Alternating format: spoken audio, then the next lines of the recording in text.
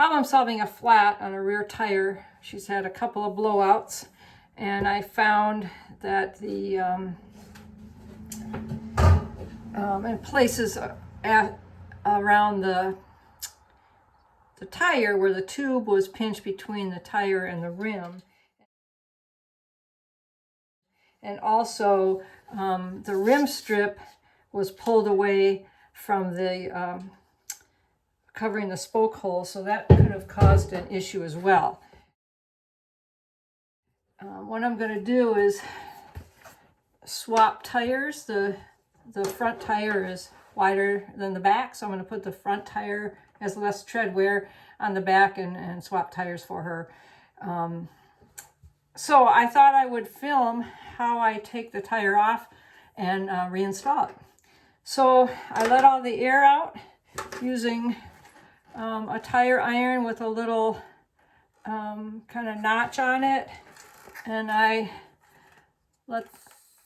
push the the valve down push the little, boy, my brain is not working, but the core of the valve to let all the air out. And I went around the tire and squeezed it away from the rim. So I'm going to take a tire lever, has a little hook on one end, and I'm going to catch the bead of the tire. I don't know if you can see. And I'm just going to pry it over the rim, and then there's a little hook on the other end, and I attach that to a spoke to hold it. I move 4 or 5 inches down, and I do the same thing. This tire is coming off a little easier, so I don't have to anchor this one, I don't think. Okay, so I'm just moving around the rim, moving around the tire until I get enough tire off the rim where I can put this hook right under the bead of the tire. And there, it's a little tighter there at the valve, so I'll bring it back around, come from this end. And I'm just releasing that bead of the tire from the rim. So now I have one side of the tire all the way off.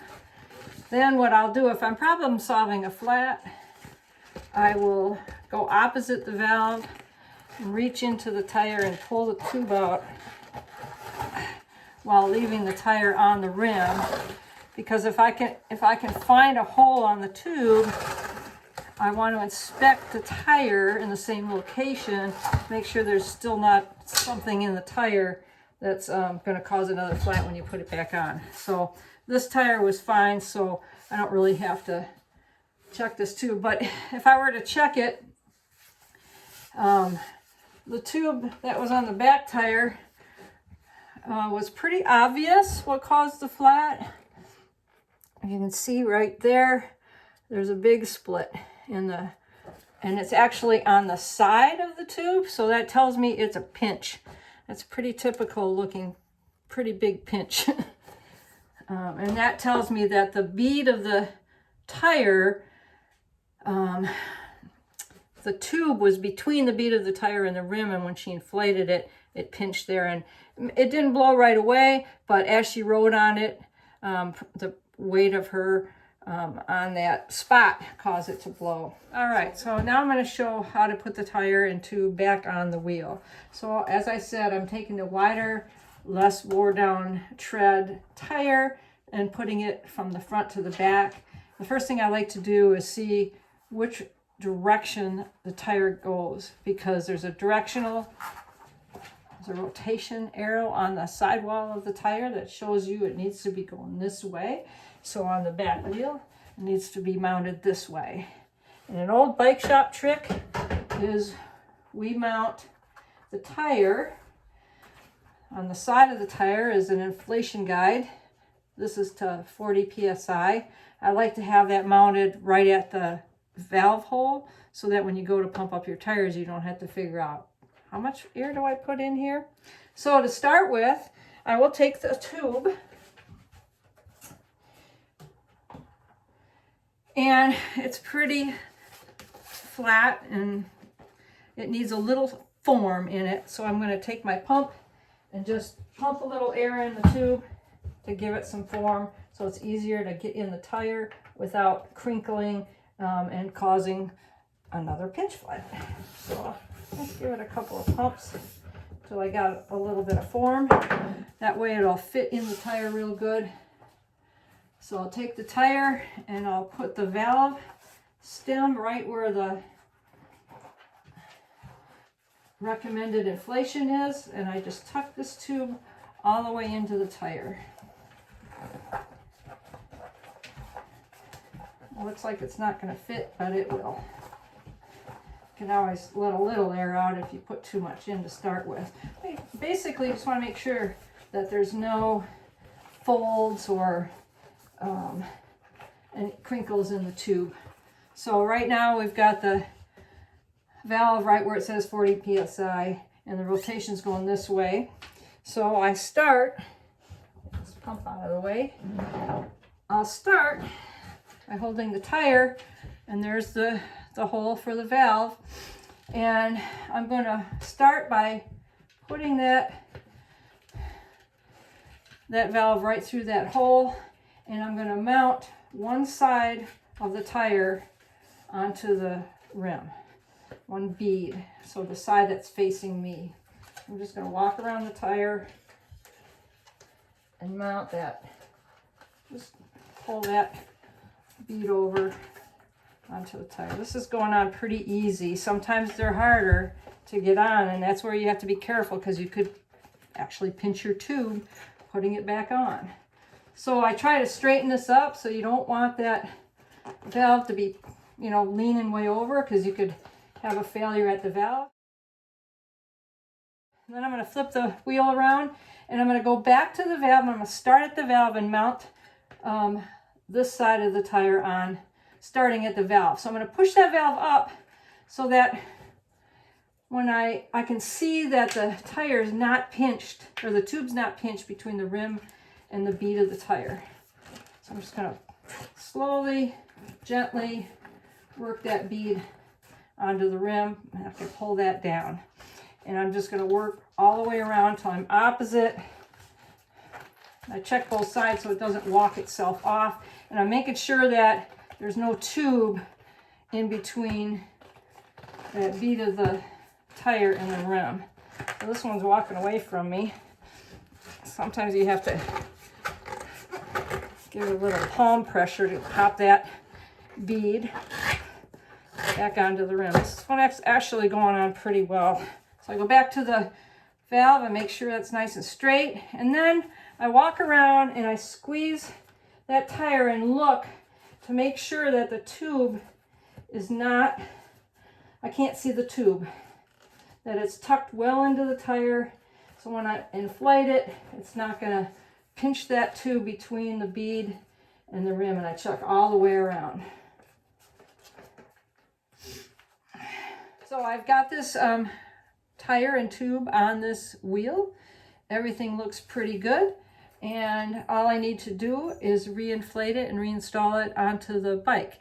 So what I like to do to make sure that I'm not going to have another quick flat once this tire gets some air in it is I've got a nice floor pump here with a head on it that does two types of valves, a Presta or a Schrader valve. And the valves on this particular bike are Schrader, just like the ones on your car.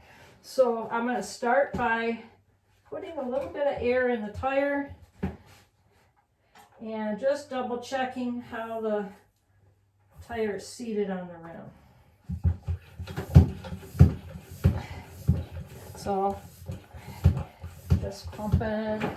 Start back at the valve, make sure the valve stem is still straight. And what I'm looking for, and I'm not sure if it's very visible, but there's a little line on the tire that guides you to proper seating. So this little line should be kind of the same distance from the edge of the rim all the way around, which this tire has seated very well. Sometimes that line will disappear underneath the rim, and if that happens, you have to give it a squeeze and kind of pull it away from the rim. And I'll check both sides. And this just makes sure the tire is seated properly, that the tire is going to run straight with the rim, and that there's no pinches or other issues. That's great. So at this point I can finish pumping this up, or I can put it and reinstall it on the bike and pump it up once it's on the bike. So I think I'll take a short little break here and pump it up, and then I'll film me putting it back on the bike. I want to have a little discussion about air pressure. The rating on the sidewall of the tire is put on by the manufacturer, but the actual burst pressure of the tire is probably way higher than what's listed. Some of it has to do with what type of rim the tire is going on, because some rims will have a bigger kind of hook on the inside to hold the tire, and some do not. So it's a way for, it's probably as a result of lawyers. You can probably overinflate your tires a little bit if you want. Something to consider is what type of riding you're doing. This is a little mountain bike with knobby tires, and if you're going to be riding, you know, in gravel or not on pavement, a little less air pressure gives you a little better traction. However, if you go too low, remember that if you hit a sharp rock or a root, you could actually compress this tire and pinch that tube and have another flat. So it's a compromise. You know, a little higher pressure tire will be faster, especially on pavement. A little softer tire will give you a more comfortable ride. A word of note, however, is you need to check your tires frequently. On my touring bike, I would check it every morning, and you know, if you have temperature extremes where it's really hot in the day and cold at night, you could lose up to 10% of your tire pressure overnight. So the risk of riding on too low of pressure is that it's going to be harder to pedal, and it's also could cause a pinch flat if you hit something sharp. So monitor your air pressure. My dad rode a bike to work for many years, and when he first started, he was complaining that how hard it was getting. It seemed like he was getting harder and harder for him to ride.